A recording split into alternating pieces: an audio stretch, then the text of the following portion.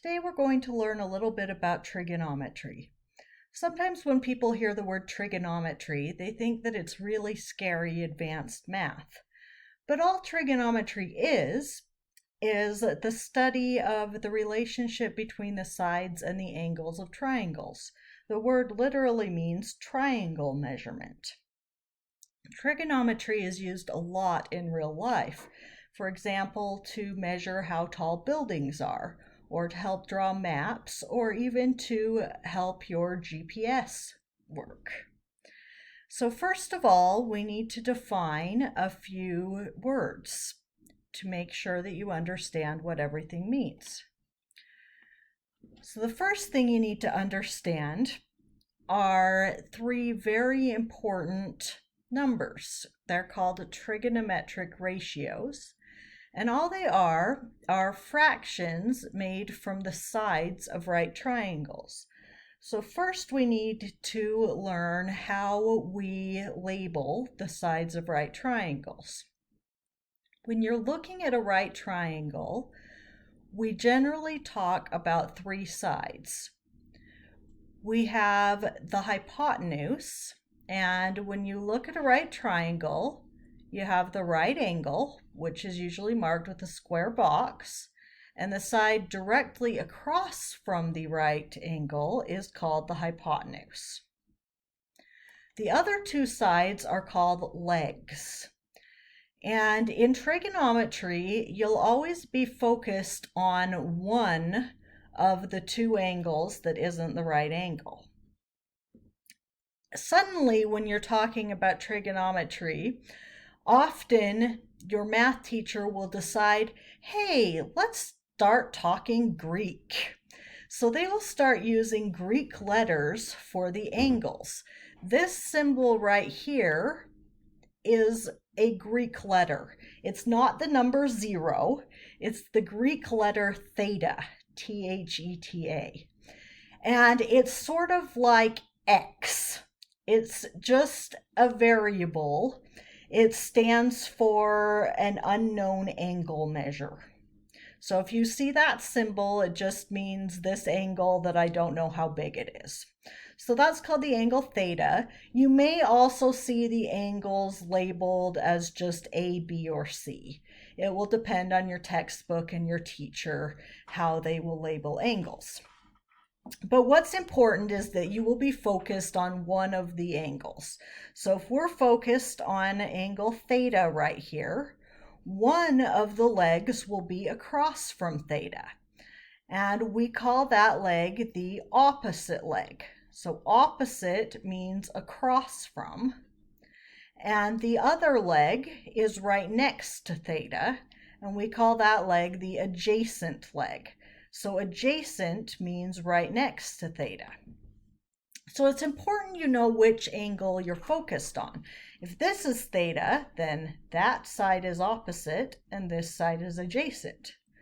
But if I were focused on this angle up here, then they would switch. This one would be opposite to the top angle, and this one would be adjacent to the top angle. So make sure that you pay attention to which angle is the one that is involved in the problem. Now the three trigonometric ratios are called sine, cosine, and tangent. And they are abbreviated sin, cos, and tan, but don't call them that in class. Your math teacher will not like that. Sine, cosine, tangent. And all they are fractions made from two sides of a triangle. The sine of theta is just a fraction that you get when you divide the length of the opposite side by the length of the hypotenuse.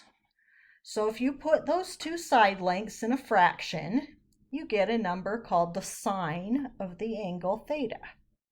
The cosine of theta is the length of the adjacent side to that angle divided by the hypotenuse.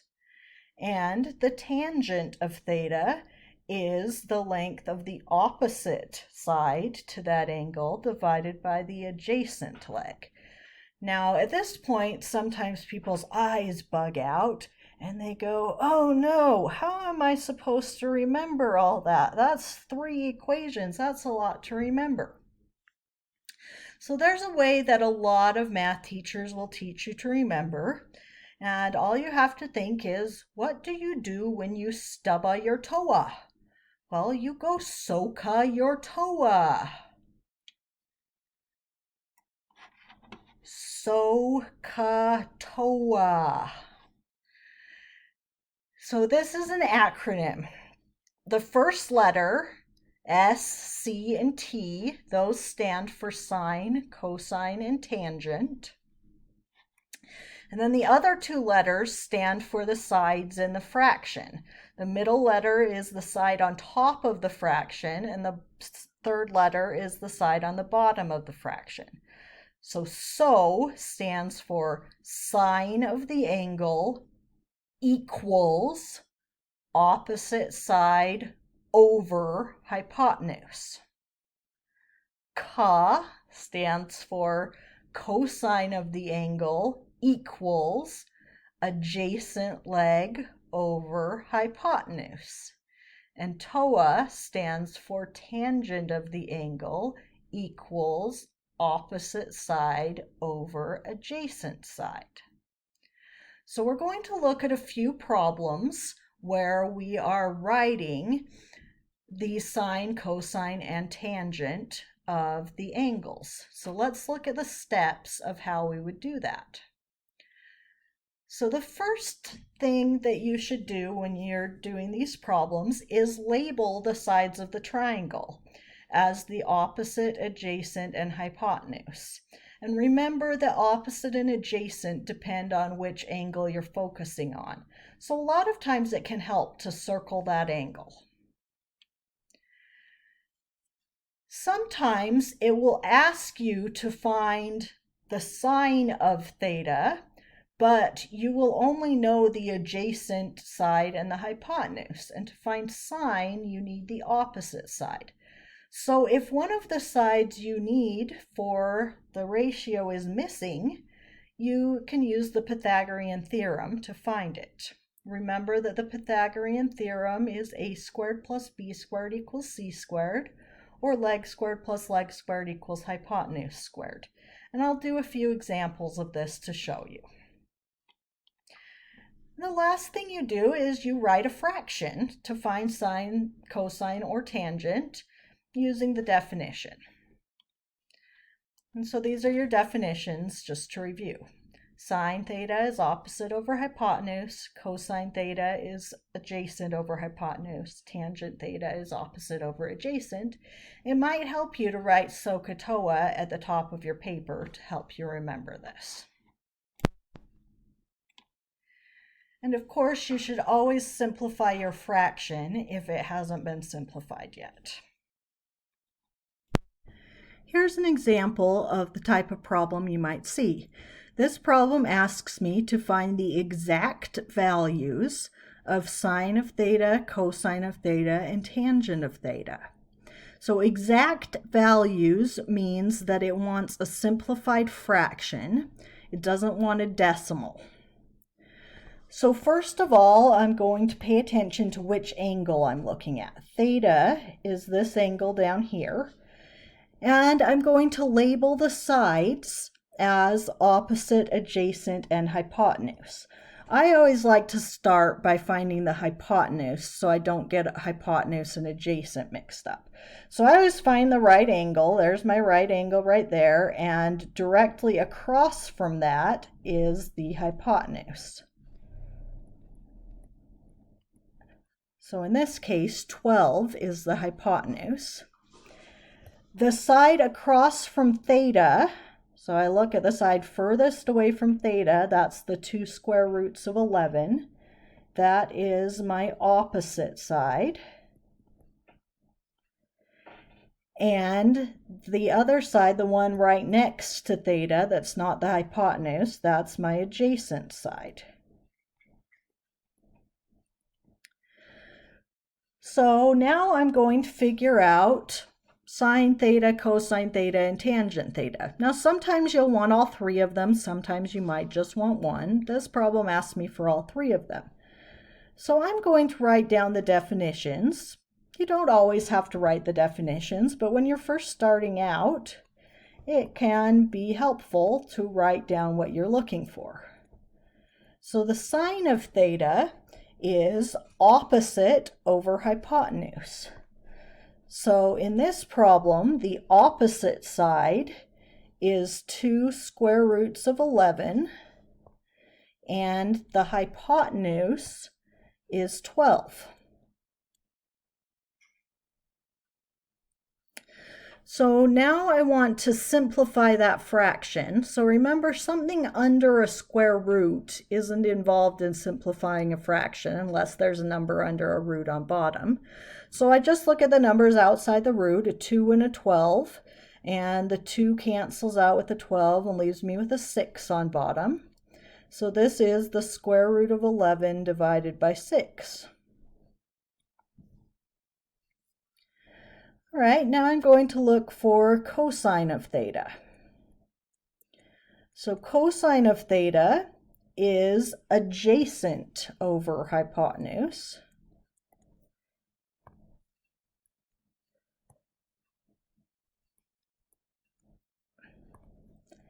So in this case, the adjacent side is 10 and the hypotenuse is 12.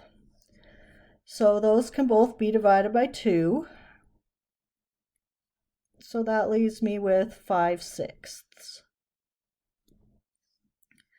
And the last thing I want is the tangent of theta. So the tangent of theta is opposite over adjacent.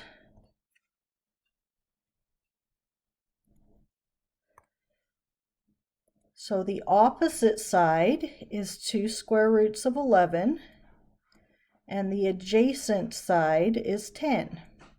So the 2 and the 10 cancel out, leaves me with 5 on bottom. So square root of 11 divided by 5.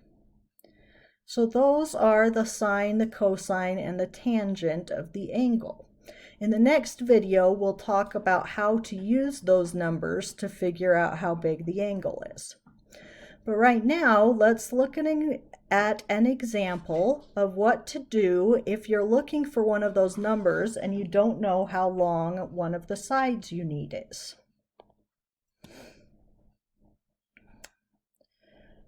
So for example, this problem, no, this is not an example of that, but let's look at it anyway.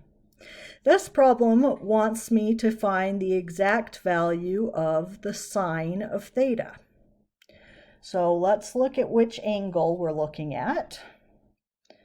So here's the angle, and let's label the two sides we have. So the 15 is across from theta. That's opposite. And the 17, here's my right angle. The 17 is across from the right angle, so that's my hypotenuse. Now it asks me for sine of theta. So sine of theta is opposite over hypotenuse. And so I actually know both of the sides I want on this problem. So that's good. That means I don't have to do any extra work. So in this case, all I have to do is put in those numbers. And I have my answer. And 15/17 doesn't even simplify. So I'm done with this problem. Now, if it had asked me for cosine of theta or tangent of theta, I would have had to do a little bit of extra work on this. So let's look at the next example.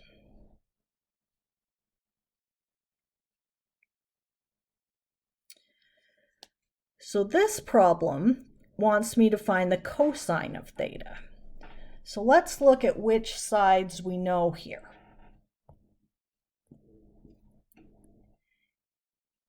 here's my angle. The square root of 13 is across from that angle, so that is opposite. Sometimes on these skinny ones, it can get a little hard to tell which one's the hypotenuse and which one's adjacent. So remember, look for the right angle, and wherever that point is pointing, the side across from that is the hypotenuse.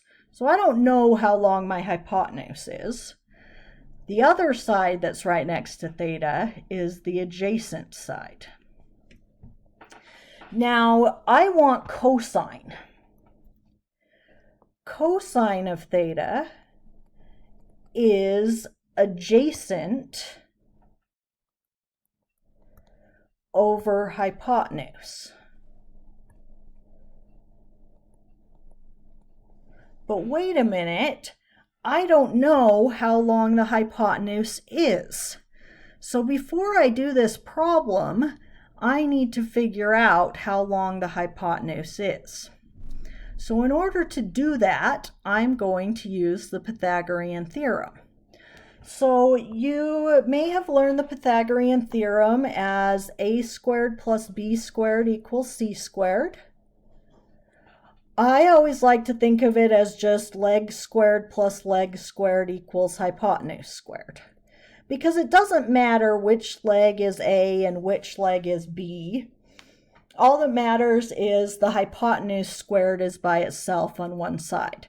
So I'm going to call the hypotenuse C, or you can call it X, whichever makes you happier.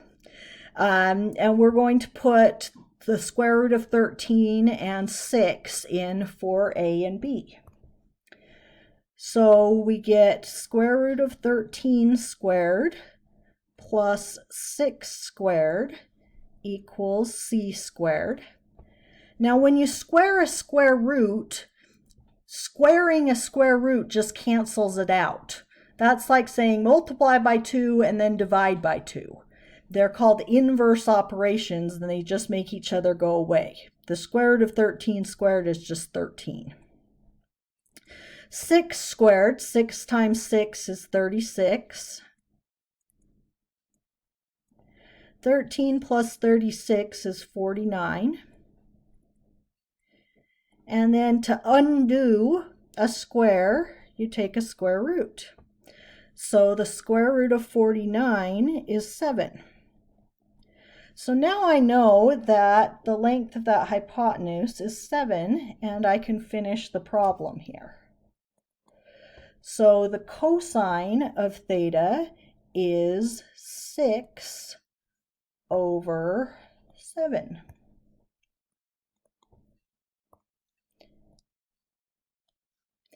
So you may need to use the Pythagorean theorem to figure out how long a side is.